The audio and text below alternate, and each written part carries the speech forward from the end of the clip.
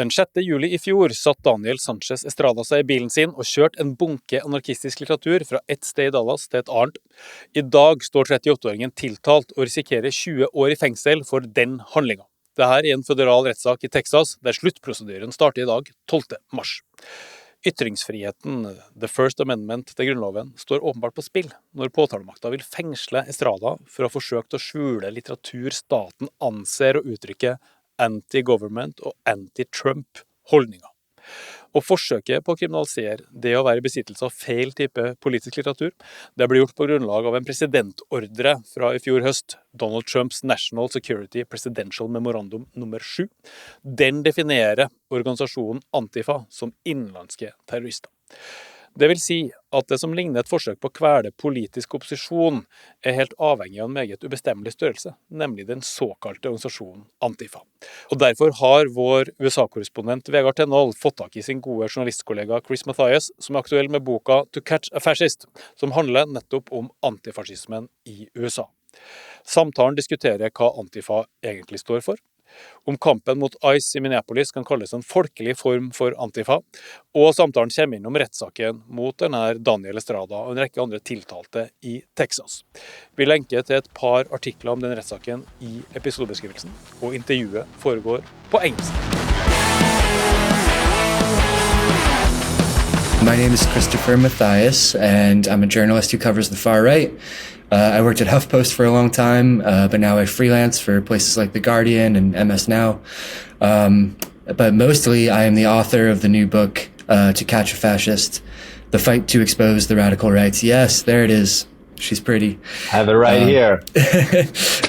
Which came out about 2 weeks ago, and yeah, I'm trying to get the word out. I like it a lot, but I want to talk about Antifa as sort of a narrative device of Donald Trump. Sure. It's been such an important specter in his whole political campaign, political identity, the identity of the right. Antifa has become this incredibly powerful boogeyman to the right in America. What are your thoughts on that? How did that happen? Yeah, so you can actually kind of pinpoint it. So no one in America knew what Antifa was before 2017. And then there were these series of kind of viral confrontations with the far right where suddenly Americans were seeing on their timelines viral videos of alt-right Nazis getting punched. I think most famously Richard Spencer on Trump's inauguration. And then, of course, you had Charlottesville. That's right. Yeah. I really tried for this book to find the person that punched Richard Spencer, but was not successful. Alas. But, throughout 2017, there were all these big confrontations, most infamously in Charlottesville, where, of course, a Nazi drove his car into a crowd of counter-protesters and killed Heather Heyer. Afterwards, after Charlottesville, the right was kind of on the defensive for a second. They realized that it was a bad look to have these Nazis in their coalition, and that, the entire country had seen the violence that these Nazis had committed. They had heard Trump call those Nazis very fine people. And there was a pseudonymous pro-Trump troll named Microchip who started a viral petition to the White House to designate Antifa, quote, a domestic terrorist organization. We can get into a bit, but there is no federal statute by which to designate Antifa a domestic terrorist organization. But that wasn't the point of Microchip's petition, which gained like 500,000 signatures. The point of the petition was, and he gives this like remarkable frank interview to Politico at the time where he spells it all out. He says, the point of this petition is to set up Antifa as a punching bag. It is to, basically distract and deflect from the right's very real violence and to create this false equivalence where, sure, the right can be violent. We saw that in Charlottesville. But look, the left is just as violent. It was this, and these are, by the way, Microchip's own words. He called it an extreme form of whataboutism. And what ended up happening was this kind of coterie of MAGA influencers over the next couple of years, every time there's a mass shooting, every time there's a natural disaster, before really anyone has any information at all, they rush into this information vacuum and blame whatever disaster is on Antifa. So you have this rash of mass shootings where, folks like Jack Posobiec and other influencers rush into the information vacuum and blame Antifa for it. And there's all this confusion. And Antifa in the public mind, in the right-wing mind, is continually linked with violence. And then, by 2020, the Antifa boogeyman is kind of revived again during the George Floyd uprisings, where, MAGA and the far right, Trump, they blame the uprisings on Antifa. They say that, that these uprisings, which are the largest in maybe American history, are kind of caused by these outside agitators, these kind of clandestine Antifa provocateurs. And the reason they did this was it was an effort to delegitimize those uprisings and portray them as kind of somehow, artificial or astroturfed. And throughout that summer, you also had the right kind of manufacture rumor after rumor that Antifa, these outside agitators, were going to come to your town and create violence. So they were, there was all these rumors about busloads of Antifa roaming the West, looking to burn down white-owned businesses. Again, Antifa was blamed for wildfires. And what this did was it created a pretext for the far right to mobilize against the George Floyd uprisings. So you had towns in Idaho where far right militias completely occupied the towns and patrolled the towns for this fake Antifa menace. And you had, armed far-right people turning up to the uprisings looking for Antifa. It was kind of an excuse to commit violence. There was a family going camping up in the Pacific Northwest at some point, right? In a camper van who were attacked because a rumor was started that they were Antifa. Isn't it something like that? Yeah, so they were in a camper, like an RV, on their way to camp in, I believe it was Oregon. Maybe it was Washington State. It was Washington State. I think it was in the town where they filmed Twin Peaks. But oh, yeah, nice. Yeah, but they were on their trip. They stopped at some kind of rest stop, gas station thing, and the driver was black. It was a mixed race couple, and they had a kid. And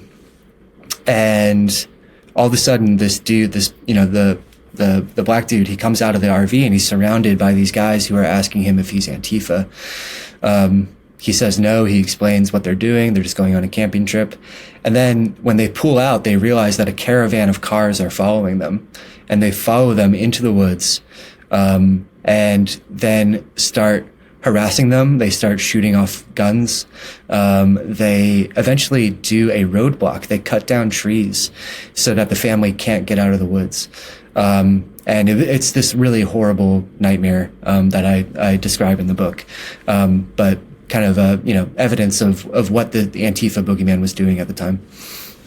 There's such a feeling of moral panic here, right? It's almost like the satanic panic of the 90s. Antifa is absolutely everywhere.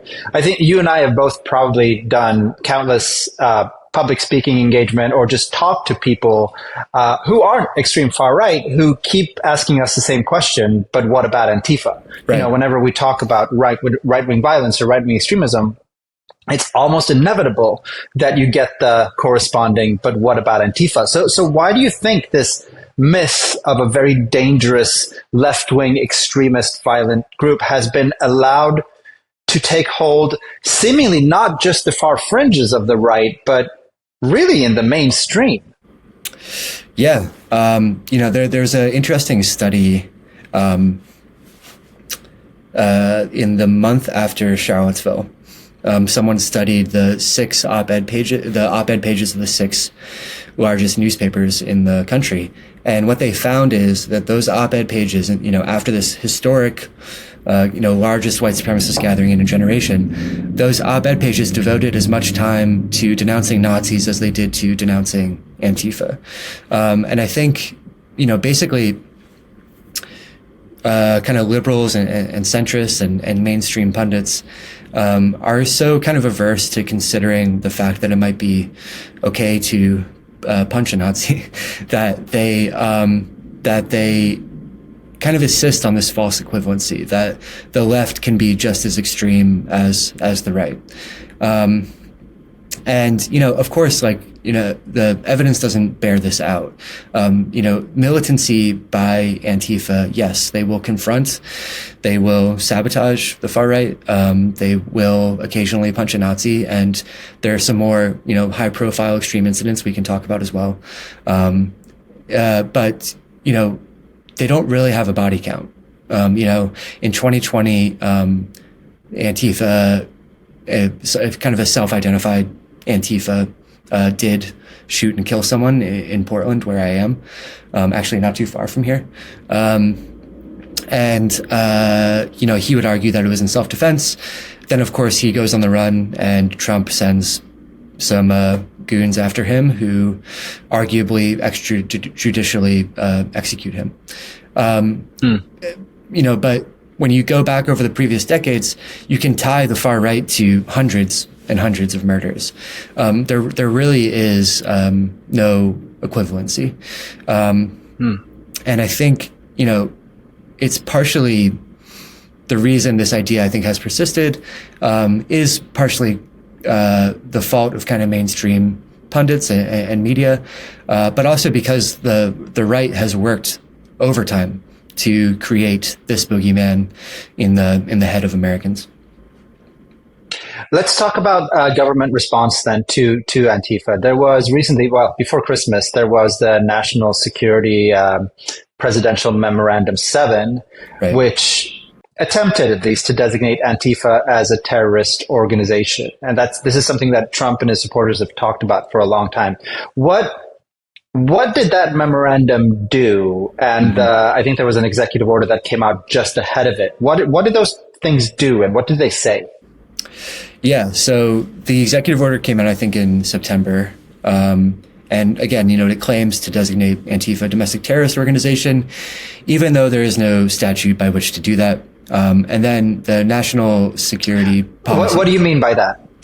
Right. Oh, yeah, sure. So, people might think, for example, that the KKK is a domestic terrorist organization, but there is no law or statute by which to actually do that. You can't prosecute someone for domestic terrorism.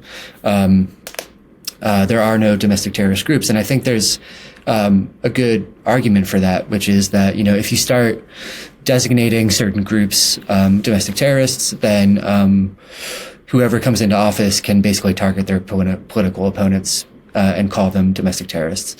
And what Trump's executive order did, though, that really wasn't the point. The point was more to kind of signal to law enforcement, to prosecutors, to cops, to vigilantes across the country that it was kind of open season on the left. And what I mean by that is when you kind of look at the language here, after Alex Preddy and Renee Good were murdered, and we all watched it in Minneapolis, the government, DHS, labeled them domestic terrorists immediately after. And they did that in order to justify their murders. So when we think about the fact that they are labeling Antifa domestic terrorists, what they're saying, what they're telling us is that they can do whatever they want to people they label Antifa. And the thing to understand about that is that MAGA has an expansive definition of who constitutes Antifa. They would certainly not think twice about designating, for example, me and you as Antifa. Basically anyone who might be opposed to the MAGA agenda. And, the National Policy Security Memorandum that you mentioned, it kind of explains this expansive definition. It labels this new form of extremism as anything anti-American, anti-Christian, anti-capitalist. So that allows for a very broad interpretation. And we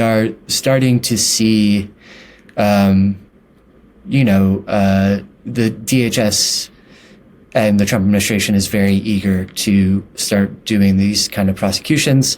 There was a kind of farcical Antifa roundtable at the White House, during which MAGA influencers like Andy Ngo and Jack Posobiec took part. And Andy Ngo, for our viewers, Andy Ngo is a quote unquote independent journalist yes. who has been on the Antifa boogeyman beat for a long time, ever since he was hit in the face by a milkshake. Was that what happened to him? Yeah, it was actually, again, here in Portland.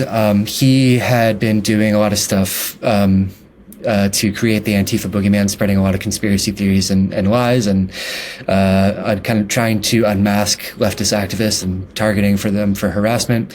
And then one day he was kind of covering a protest, and some anti-fascists threw milkshakes at him, and they did, to be fair, punch him and like kick him and rough him up, which made him a cause celeb on the far right. And ever since then, he's kind of made his whole career into being like the right's anti-Antifa journalist. So back to this roundtable at the White House where he and Posobiec were talking. What was going on there? Yeah, so it was kind of this farcical spectacle. But there was an interesting point, though, and you kind of can see the way the Trump administration works, which is that I believe it was Andy Ngo. He suggested that the Trump administration designate and declare certain overseas anti-fascist groups as terrorist organizations, as foreign terrorist organizations. And this is the distinction, right? The U.S. does have laws on the books for material support for what are designated foreign terrorist organizations. So by designating these groups foreign terrorist organizations, it's an end run around the fact that we don't have domestic terror laws. So if you can identify Americans that have given money to a group, an anti-fascist group abroad, then you can charge them for material support of terrorism. And we've already started to see... These come with some heavy sentencing. Yeah. I mean, typically, when we talk about foreign terror designations, we're talking about stuff like Al-Qaeda and ISIS and stuff like that. So definitely some severe punishments. So Andy Ngo, I believe, makes this suggestion, and Trump goes, Marco, make it happen, Marco Rubio. And then next month, Rubio announces these like 5 groups that no one really knows that well and are, dubiously anti-fascist or, active, are designated foreign terrorist organizations. And we already have started to see a bit of a chilling effect. There's something called the International Anti-Fascist Solidarity Fund, which basically like raises money, like bail money and stuff for people, anti-fascist activists that are prosecuted, maybe unfairly. And they decided that they had to stop taking donations from Americans because they were worried that it might put people at risk. And I sent you the link to that article earlier with, people are getting arrested for having or kind of trafficking anti-fascist literature, right? There was a person who was arrested for having zines, basically. Yeah, there's this like really case that it's going to be really important to watch over the next few months in Texas. People call it the Prairie Land case, and it's basically there are a bunch of activists, leftist activists, who did a big noise demo outside an ICE detention facility, fireworks and what have you. Someone, though, did bring a gun and open fire, and a cop was hit in the neck and was fine. But they have used this attack as kind of a pretext to do a really aggressive prosecution, labeling anti-fascist terrorists, even though I forget the specific charges. But one of the people is being charged for essentially concealing some kind of literature, and the literature was a bunch of anarchist zines in his car. I think he was like transporting them to a house, and it's really alarming. Like, he is locked up right now, essentially for something that feels like the, utmost example of protected First Amendment activity, and also for possession of something that wasn't even talking about committing terrorist acts, but were just anarchist zines that have existed for decades and that you can find at your local bookshop or whatever punk show. Like they've been around forever. So I wonder, the Trump administration has a tendency to overplay its hand. It has done that in immigration enforcement to a certain degree. We're seeing a bit of a backlash in the polls to his immigration enforcement. His tariffs were recently struck down. Like, he goes far, and then people are, okay, it's enough. Are we seeing anything, any kind of backlash to his relentless pursuing of the left? That's a good question. I do think that the Antifa boogeyman is going to lose some of its valence, its effectiveness. Something I kind of keep talking about is the uprising against ICE in Minneapolis. In so many ways, has parallels to the anti-fascist response to this wave of fascist groups marching in the streets in 2017, 2018, 2019. When you look at what the people in Minneapolis were doing, they were doing what anti-fascist groups were doing, 5-10 years ago.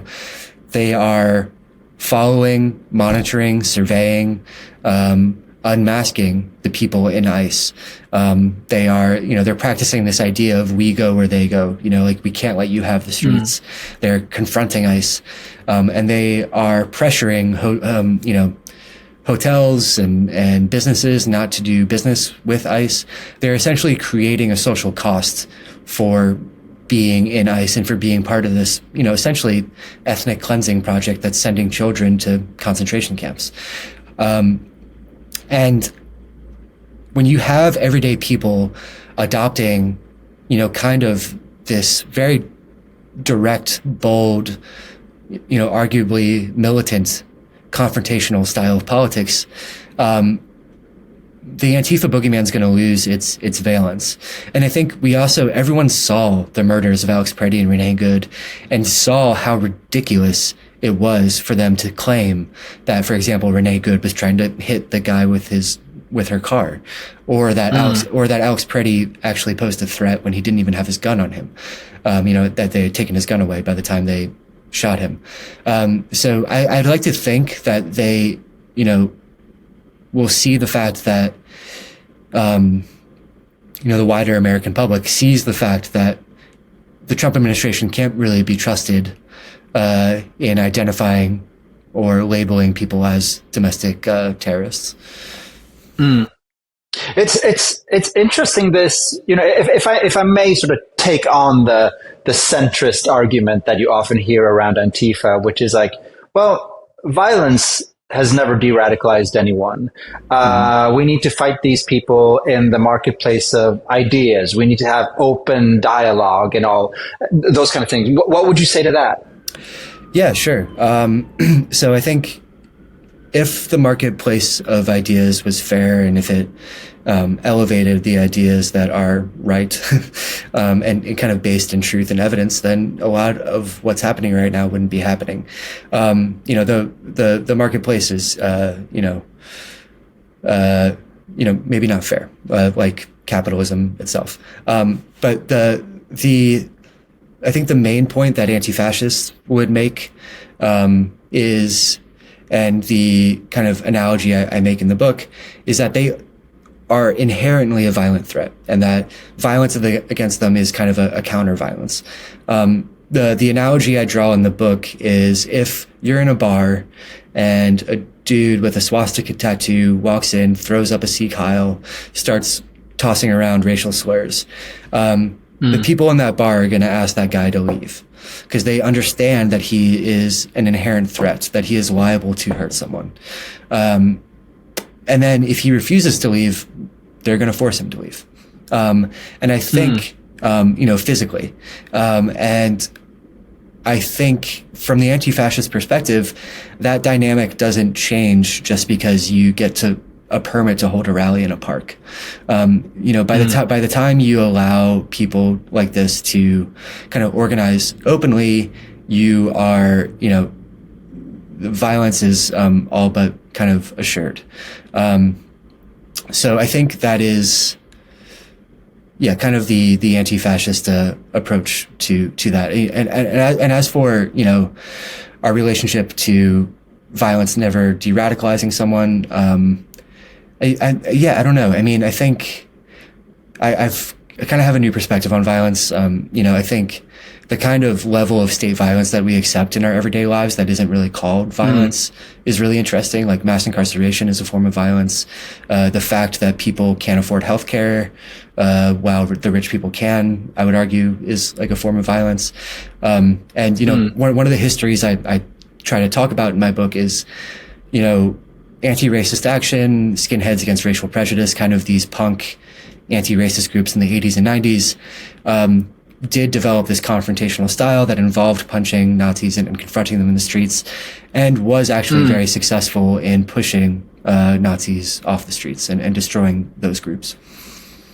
So to that point, you and I both know that the far right in America and the rest of the world changes constantly. Yeah. There were skinheads in the streets, and then at some point in 2015, a little bit before, it turned into the alt-right, which was this nebulous thing that none of us journalists could kind of figure out. And there was a lot of hemming and hawing and sort of weird articles written about Nazis in suits. Anyway, My point is that the far right changes constantly, and anti-racist skinheads, Antifa, has been quite adept, it seems, to adapt to those changes.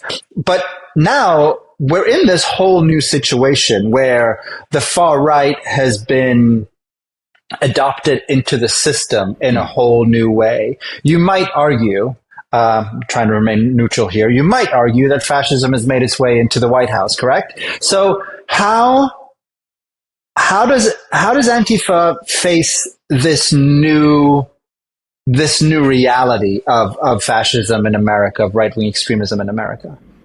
Yeah, I mean, you're touching on the animating question of my book, right? Which is that, my book is essentially about anti-fascist doxing and unmasking, and how Antifa identified, unmasked thousands of kind of secret neo-Nazis over the last 10 years. And they do that to create a social cost, right? Like a lot of these Nazis that get exposed, they have really good jobs as, police officers, teachers, professors, politicians. And because they're exposed, they end up like losing their jobs and getting fired. And that makes it really hard for fascist groups to organize, and I think led to the destruction of some fascist groups. But, what happens when that societal taboo you're leveraging to create a social cost, what happens when that taboo disappears?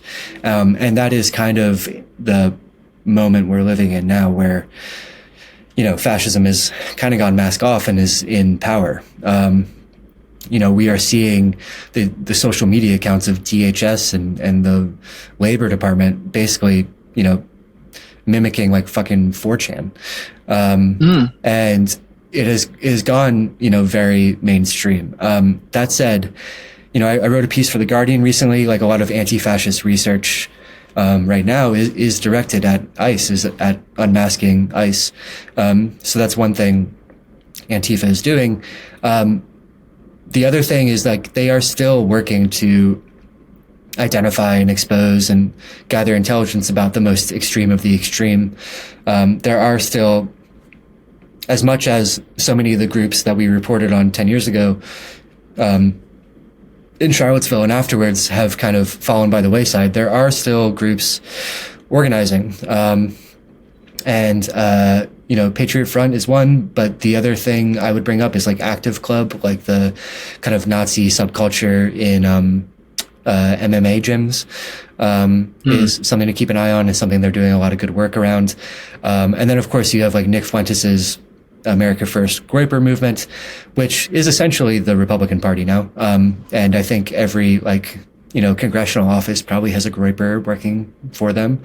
I actually got a text from a former Nazi that I profile in the book this morning, basically being like, if you're under 35 in America consider yourself a conservative, there's no way like you're not a groyper by this point.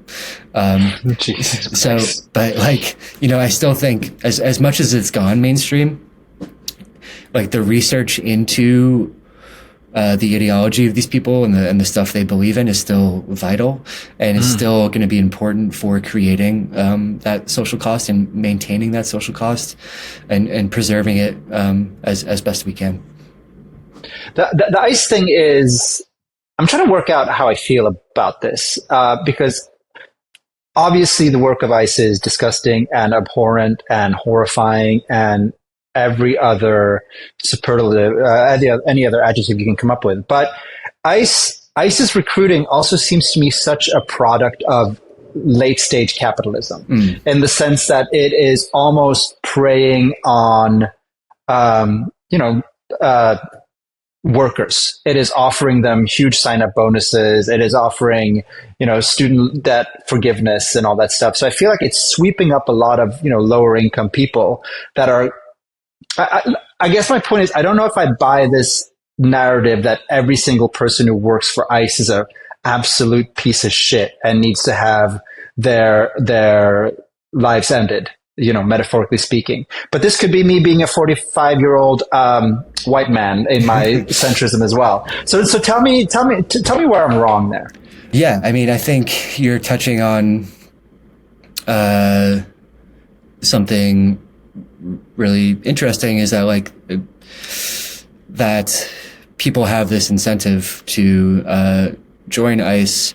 I think there's this idea that everyone who joins ICE is like this extremist or fire-breathing racist, which isn't, I agree, is not always the case, and that they are doing it for financial reasons and financial incentives, which, when you kind of step back and think about it, like that is such a demonstration of kind of the link between capitalism and fascism, where you keep the working classes divided and at each other's throats like this. And it's a method of divide and conquer. So I totally understand what you're saying. But in the same breath, I think like there has to be this effort, to create shame for joining that organization and for letting people know what that organization is actually doing. And that like I'm sure the people joining ICE don't see themselves as the Nazis in this movie, even though they are. And I think, part of the reason I think it's imperative and important to start using the scariest words in our language, like concentration camps, like ethnic cleansing, like fascism, is for people to understand what they might be, joining or becoming a part of. So yeah, no, that's an interesting question. And I think there is a bit of this like liberal meme that like everyone in ICE is like a member of Patriot Front and stuff. But like the reality is actually a lot scarier, is that it's like everyday people who don't even know what Patriot Front is or, what the alt-right is that are joining, the ranks of ICE. On that bummer, I'm gonna let you go, Chris. Okay. This was a good time. I'll plug your book some more. And then we'll make sure you get a book tour in Norway. By the way, have you had any ruckus on any of your readings? Any right-wingers coming to harass you at all? Not yet. But the year is young. We'll see what happens. Did I tell you when I was in Portland doing my book tour, I got a call that apparently some Nazis were going to come interrupt my reading. Oh, wow. And I got a call from another Nazi asking me if I wanted their security at my reading. Dude, that is so. It's quite a world. It's quite a world. All right, my friend. Thanks so much, Vegas. Thanks, dude. I'll talk to you soon. See you later. Later.